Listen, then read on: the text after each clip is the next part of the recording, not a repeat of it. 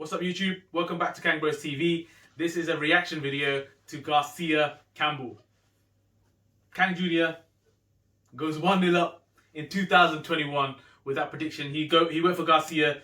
I think the rounds were slightly different. You said 9 and it's 7, but still you backed Garcia for the knockout to stop Campbell. And boy, you know what? It was a good fight. It was a really good fight to watch. I enjoyed watching that fight. And then when Campbell got him down the second one, my mouth literally went. I was like, this fight's on. But Garcia for me has proved he's about this life, and that's what the biggest thing was. Well, we talked about it before, isn't it? Like, is the noise coming from across the pond? Yeah. Is he going to live up to the billing or whatever, or has this fight come too soon?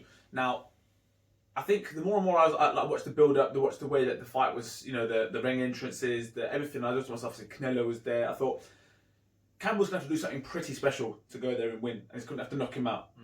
And when he put him down in the second, I thought, literally, I jumped up. I was jumping around thinking, yes. I was like, Campbell. I was like, you're on it. He's on it. He's on job. But I think Garcia's quality really shone through, and the way he dismantled him, you know, for the rest of that fight. And that's what it was. He did dismantle him. And that body shot, you could see it. I mean, I don't know about you, but when I was watching it, when he got hit and I see him wince, you almost feel the pain yourself, don't you? Think, oh, ugh. For me, it's not just a body shot. It's the way he throws it. It's like almost like a sling. Like he loads up. He loads up. It's literally like a sling that hits him. And the thing is, I want to say, right? You tell me who is the best body shot expert or best person in the whole of boxing right now. You say when it comes to body shots.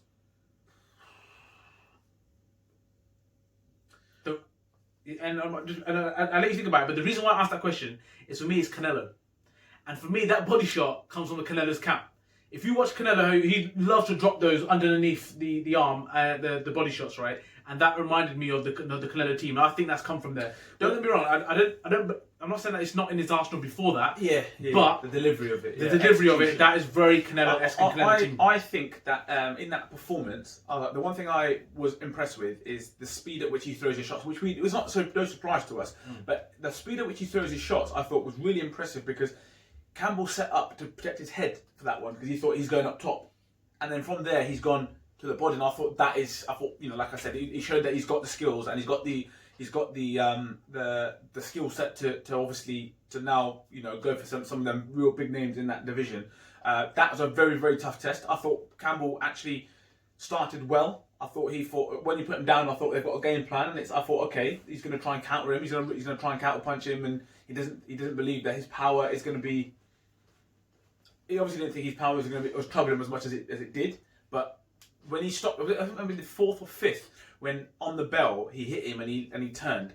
If that goes on for the 10 seconds, that could be the fight right there. Yeah, 100%. He got saved there, big time in that round. The thing that I want to say though, like, even though Campbell, you know, he felt well and he's always been at a very good level, but just as we said in the prediction video, Campbell's always been at that level whereby he's not at the world elite level, and nor is he just a domestic level fighter. He is above European in that kind of level between. So the one disappointing thing that I have, and obviously just being fans, do you want to call it couch fans, whatever, I just felt that when he did get the knockdown, that was his opportunity. And I just felt like he gave too much respect to Garcia almost.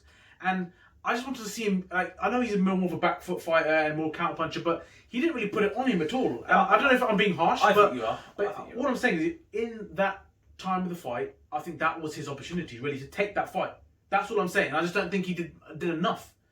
And apart from that, after that, as you said, for me, the character that Garcia showed, that was the biggest thing for me, like the test, and that's why it meant so much to him.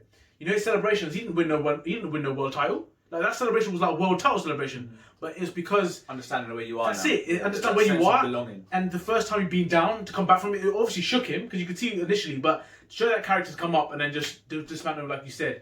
But I don't know. What do you think about me? Do you think I'm being harsh? Like I said, I think you're being harsh, because I think Garcia actually showed that he's made the tough stuff. Like, he's come down, he's got up, and afterwards he said, "Yeah, I was a bit dizzy." But if you actually look at it, Campbell's like, right, okay, I'm going to go, and he did try and go for the kill, but Garcia covered himself up well, and he was still throwing shots. And I think once Campbell knows that, you know what, if he does hit me, I'm vulnerable here as well, because you know when it's like a wounded animal, he can still. He wasn't just there on the ropes backing up; he was coming forward. So I think he gave Campbell something to think about. Now, that's me. That's just my my opinion was that this is a very tough fight, and if he wins this fight, it propels him into the next levels.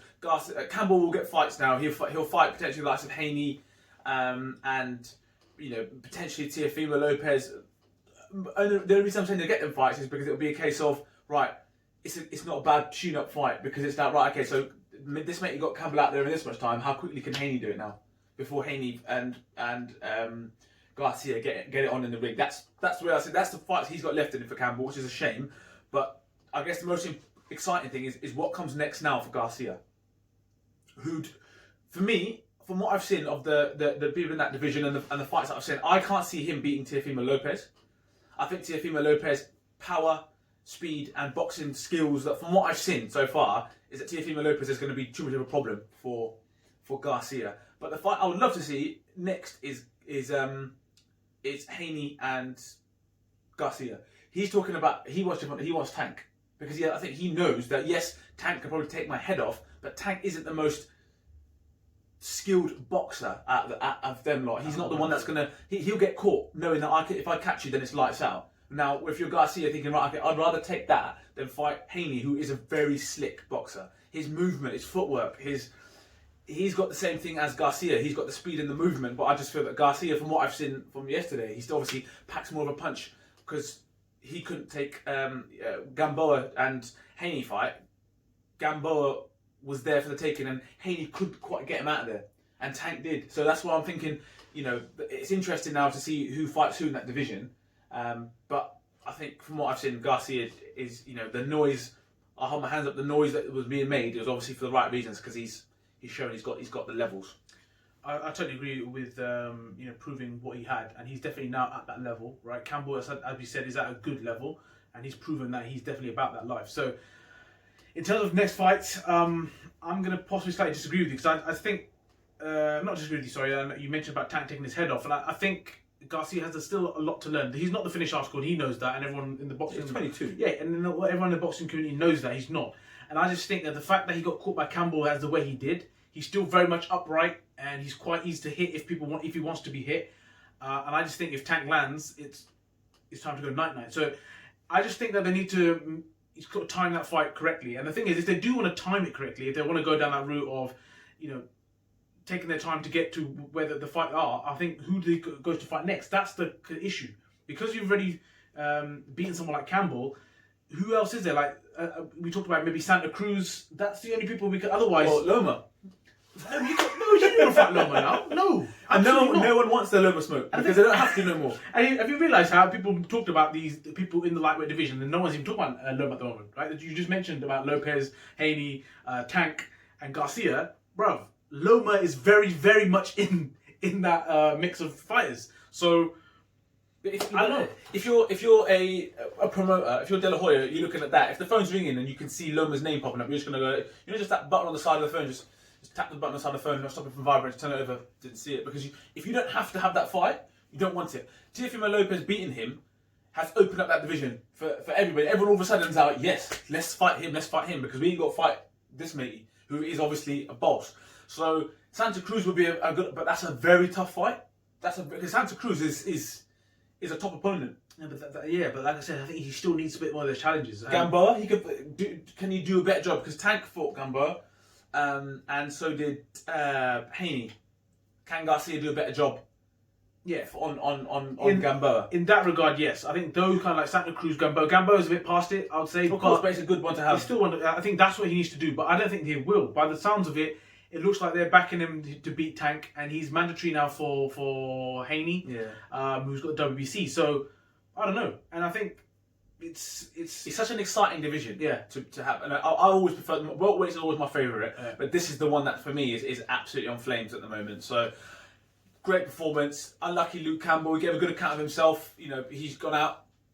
There's no shame in what happened yesterday. Look, he caught up an sickening shot. He's put matey down. No. Nothing to be embarrassed of, I don't think. But I think what you got to understand is you got to put your hands up and say, listen, there's a top talent on our hands with Garcia. I didn't believe the hype as much, but I've also seen Campbell's career go from the Olympics and what he's done, and with the fights that he's had and stuff. So respect where respect is due, and I'd be really keen to hear what people think about the next stages, the performance. What did you think about Garcia's performance? was the knockdown of vulnerability or arrogance? And who would you want to see him go in there next with? Do you think it should be the Santa Cruzes and the Gamboas, Lomas? I don't know. I don't think he needs that. Or do you want to just say, look, get it on, go and fight Tank, go and fight Haney? One off the topic question, right?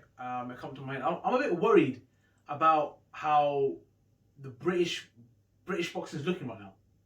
There was a stage where there was a lot of champions who were UK. Do you know where I'm coming from? So I'm now looking across the board.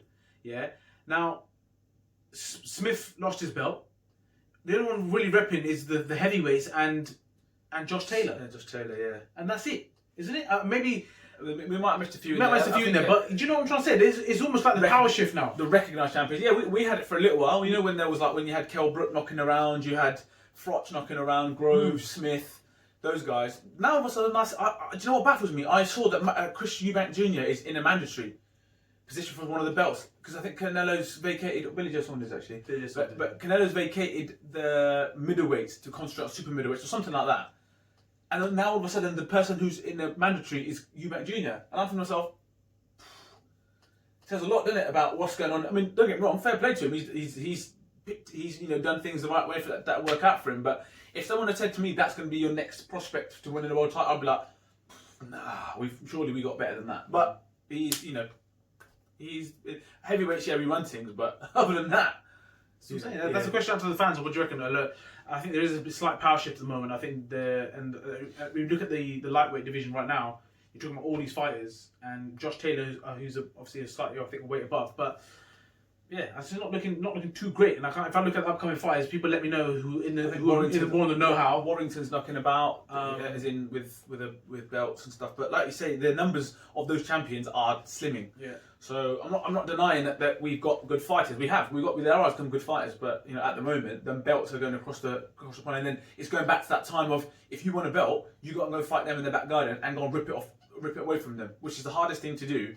And especially with the way the Boxing Board of Control here have cancelled all fights in January, and then you got 6,000 fans in there last night in the States. So, the power shift is certainly there.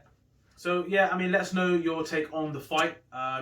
What do you see for Campbell? I know you mentioned some big fights for Campbell, but I personally think that this loss could actually affect him in giving him not so many great fights. Because I don't think people would want to entertain him. Because if you look at all the Americans, they're now looking at each other and looking at the big belts, which obviously he doesn't have. Yeah, I just see it from like he'll be the B card by a long shot. Yeah, but I'm just saying, like, I don't see why any of those top fighters that you mentioned would want to say, yeah, let's go hit for him when they got this circle going. Yeah, but my point being is that if you look at who's next for Garcia, the same questions are going to be asked: who's next for Haney? Who's next for? Well, Haney's tweeted already, so let's make the happen fight with Garcia. But Haney's saying that because I think he needs a big propel fight because he's not really had that exposure. But then it's like Campbell becomes the Gamboas now or the Santa Cruz, and Santa Cruz is a top fighter. Don't get me wrong, but what I'm saying is because he's got beat by one of those guys now, I think they're victims of their defeats of that circle of fights that have happened. They might just swap round because I can't imagine that you're going to put all these fights on purely from a promotional perspective. You want to let them marinate a little bit as well. So I think there are going to be fights in between, and Campbell's going to be the option for some of those big guys to almost protect their O's. Campbell's not a shit fighter, so it's never going to be an easy fight. But they're going to be thinking, well, if Garcia can put this guy out like that, then And let's know how far you think Garcia can go. As I said, we've seen some great things from him in terms of how he throws the speed, the power, in that slingshot with Canelo's camp. But there are some vulnerabilities there when you saw the way he got caught by Campbell. If he gets hit by any of these other top dons, he may never get up. So if Tank catches him with that shot that Campbell caught him with, he's not getting up. It's different. Yeah, this is what I'm saying. So do you think he's the real deal? He's calling out all these people. And one quick shout out as well, the zone commentary. Wow, that was bullshit.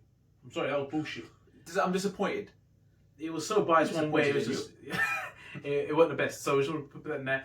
So yeah, let us know what you think if Garcia can go all the way, and what should be his next fight. What steps should they take? Because Golden Boy don't need no education on that matter. They pick their fights pretty well. But it'll be good to hear what you guys think. Be interesting to see Mayweather Productions against Golden Boy.